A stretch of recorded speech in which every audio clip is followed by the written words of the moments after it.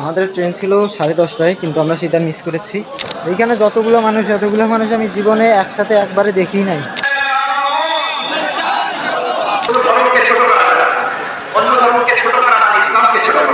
মিজানুর রহমান আজহারীকে নিজ চোখে দেখলাম। আর যখন কেউ এসে বলে যে ভাই আপনি কি টিকটক করেন, তখন মনে হয় যে কেউ গালি দিচ্ছে। একটা মানুষের জনপ্রিয়তা কতটা বেশি হলে এইরকম হয়। একটা এত বড় একটা মার্কেট, সমস্ত দোকান বন্ধ, দুই একটা দোকান খোলা, সবাই হয়তো গেছে ওয়াজ শোনার জন্য। সেখান থেকে অনেকটা পথ চলে আসছি, রাস্তা হারাই ফেলছি আবার।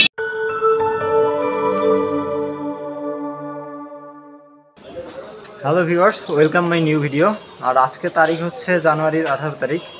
আমি আজকে খুব বেশি এক্সাইটেড, কারণ হচ্ছে আজকে প্রথম জীবনে হচ্ছে লালমনিরহাট যাচ্ছি। আর যাওয়ার কারণটাও অনেকটা স্পেশাল, কেননা সেইখানে আজকে মিজানুর রহমান আজহারীর ওয়াজ হচ্ছে, সেইটা দেখার জন্য মূলত যাচ্ছি।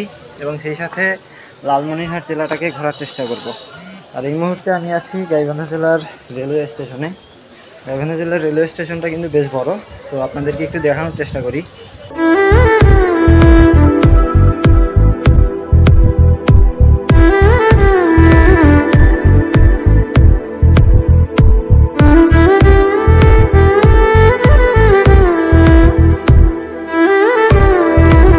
আমাদের ট্রেন ছিল 10:30টায়, কিন্তু আমরা সেটা মিস করেছি।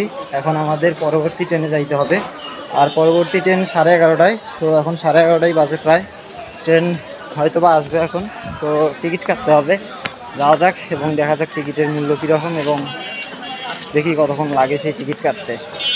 আর এরপর আমরা গেলাম টিকিট কাউন্টারে এবং টিকিট কাটলাম। প্রতিটি টিকিটের মূল্য নিল 85 টাকা করে। আর এরপর টিকিট হাতে স্টেশনে কিছুক্ষণ অপেক্ষা করতেই চলে আসলো আমাদের সেই কাঙ্ক্ষিত ট্রেনটি। আর এরপর গাইবান্ধা জেলাকে কয়েক ঘন্টার জন্য বিদায় জানিয়ে আমরা চলে যাচ্ছিলাম লালমনিরহাটের উদ্দেশ্যে। কোথাও ঘুরতে গেলে জানালার পাশে না বসলে আমার সেই ভ্রমণ পরিপূর্ণ হয়ই না।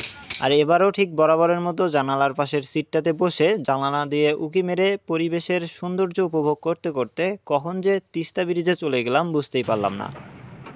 তিস্তা ব্রিজটি কাউনিয়াতে অবস্থিত।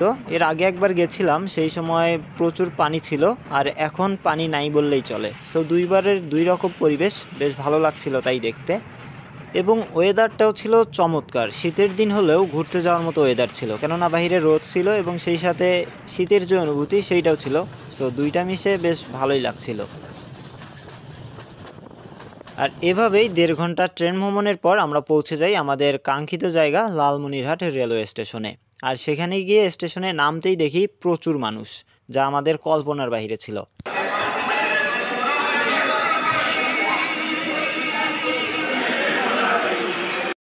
আয়োজন কর্তৃপক্ষ জানতো যে অনেক দূর দূর থেকে মানুষ আসবে, তাই তারা রেল স্টেশনের সাথেই এই আয়োজনটা করেছে, যার জন্য তাদেরকে ধন্যবাদ দিতেই হয়।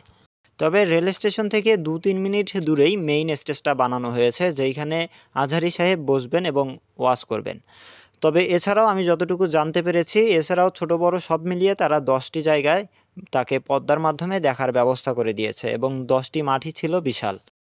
তবে আমি যতই মেইন স্টেজের দিকে আগাচ্ছিলাম ততই আমার ভয় লাগতেছিল এবং অবাক হচ্ছিলাম, কেননা এত মানুষ আমি একসাথে কখনো দেখি নাই। আর সরাসরি তাকে দেখতে পারবো কিনা এইটাও ছিল মনের মধ্যে একটি সন্দেহ। তবে ফাইনালি তাকে সরাসরি দেখতে পেরেছি, কিন্তু ফোনের ক্যামেরা খুব বেশি ভালো না হওয়ার কারণে হয়তো বা জুম করে তাকে দেখাতে পারিনি, ফেটে গেছে ভিডিওটা।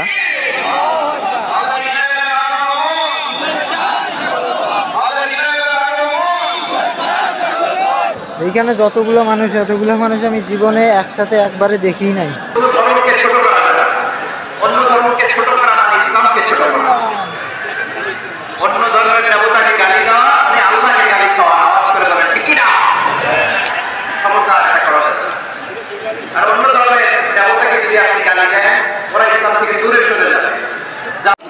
এইখানে সবচেয়ে ভালো লাগার বিষয় হচ্ছে মিজানুর রহমান আজহারীকে নিজ চোখে দেখলাম, যা অনেকেই দেখতে পারেনি এখনো। তো দেখলাম ঠিক আছে, কিন্তু এত মানুষ যে আমার ধারণার বাইরে। আর এমন চাপ খাইছি যে এখন একটু নিরিবিলিতে আসার চেষ্টা করতেছি। এইখান থেকে পাশেই ওয়াজ হচ্ছে, আমি একটু স্টেশনে আসলাম বসার জন্য। তো ফাইনালি অনেকক্ষণ চেষ্টার পর হাত মুখ ধুয়ে একটু ফ্রেশ হলাম লালমনিরহাট স্টেশনে এসে। এইখানে যত মানুষ, ভেবেছিলাম যে একটু স্টেশনটা আপনাদেরকে এক্সপ্লেন করে দেখাই, কিন্তু তার হচ্ছে না।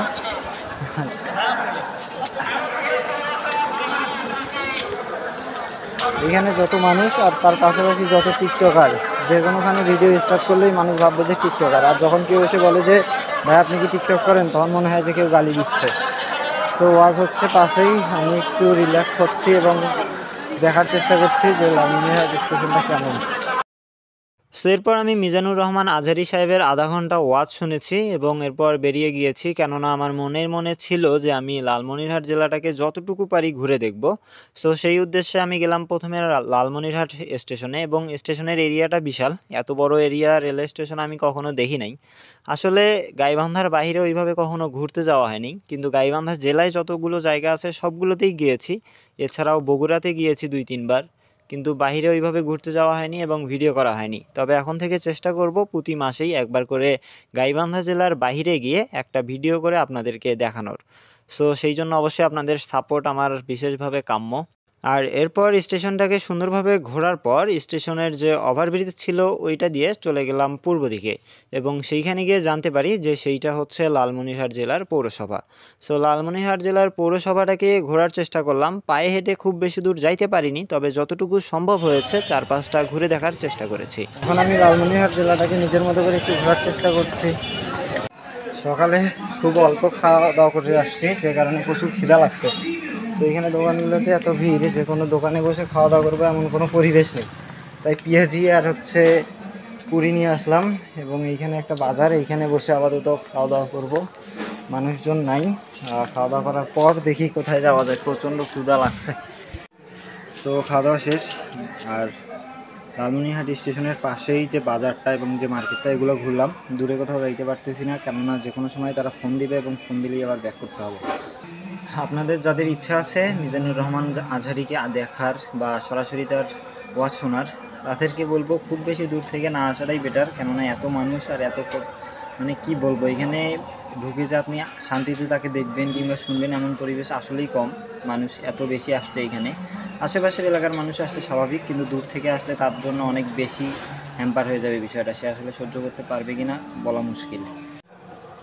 এখন সবে 3:30 বাজে, হয়তো বা আরও কিছুক্ষণ ওয়াজ চলবে। তো যাই, একটু ওয়াজ শোনার ওইদিকে যাই, এবং এই যে বাজারটা আছে এখান থেকে কিছু কেনার চেষ্টা করবো, যদি কোনো কিছু কিনতে পারি। লালমনিরহাটে আসলাম, কোনো কিছু না কিনলে কেমন হয়ে যায় বিষয়টা। সো খাওয়া দাওয়া শেষে ঘুরতে ঘুরতে হঠাৎ আমার চোখে পড়লো যে একটি ঘরের মধ্যে সরিষার তেল বের করছে। এর আগে কখনো দেখিনি, তাই আগ্রহের সাথে ভিডিও করলাম এবং নিজে বেশ খানিকক্ষণ দাঁড়িয়ে থেকে দেখলাম। আর এরপর চলে গেলাম লালমনিরহাট পৌর শপিং কমপ্লেক্সে। এখন আমরা ঢুকতেছি লালমনিরহাট পৌর শপিং কমপ্লেক্সে। যেহেতু আসছি, দেখি শপিং কমপ্লেক্সটা কীরকম এবং আপনাদেরকেও একটু দেখানোর চেষ্টা করি। সবাই হয়তো বা ওয়াজ শুনতে গেছে, যে জন্য বেশিরভাগ দোকানই বন্ধ, কিছু কিছু দোকান খোলা। বড়ই আছে, সেই সাথে দোকানগুলো খুললে হয়তো বা সব ধরনের জিনিসই পাওয়া যায় এখানে। বুঝতে পারতেছি না দোকানটা বন্ধ জন্য। কমপ্লেক্সটা বেশ বড় এবং দোতলা, উপরে হয়তো আর 3 তলা আছে। এখন আপাতত দোতলা আসলাম দেখতে। দোতলাতে সব দোকানপাট বন্ধ। মিজানুর রহমান আজহারীর আসার উপলক্ষে হয়তো বা সব কিছু এগুলো বন্ধ করে সবাই গেছে ওয়াজ শুনতে। হচ্ছে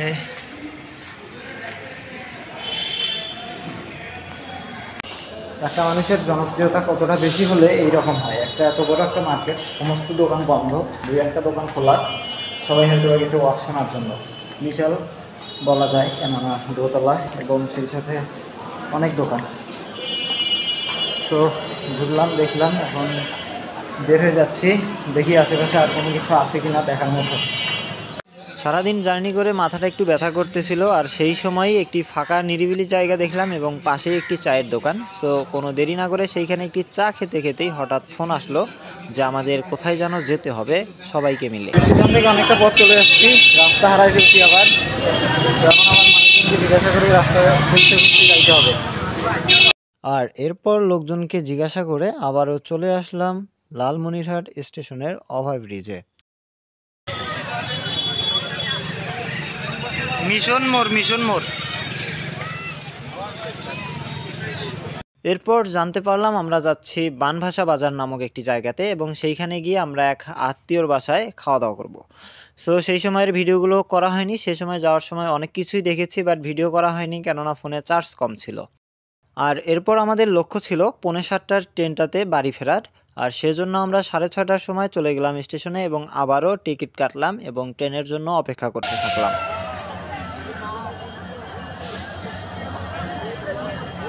আর এরপর আমরা রওনা দেই গাইবান্ধার উদ্দেশ্যে, কিন্তু মাঝপথে এসে আমাদের ট্রেনটির কি যেন একটা অংশ ভেঙে পড়ে যায় এবং ট্রেনটি ওইখানে বেশ কিছুক্ষণ দেরি করে।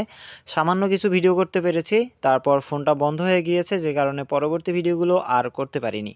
সো আজকের এই ভিডিও এই পর্যন্তই। কেমন লাগলো আজকের এই ভিডিওটি, সেই সাথে কি কি ভুল হয়েছে এগুলো অবশ্যই ধরিয়ে দিতে আমাদেরকে কমেন্ট করে জানিয়ে দিতে পারেন। আর পরবর্তীতেও যদি এমনই কিছু ভিডিও পেতে চান তাহলে অবশ্যই আমাদের চ্যানেলটিকে সাবস্ক্রাইব করে লাইক কমেন্ট শেয়ারের মাধ্যমে আমাদেরকে সাপোর্ট করে আমাদেরকে উৎসাহিত করতে হবে, যাতে আমরা এমন ভিডিও আরও বানাতে পারি।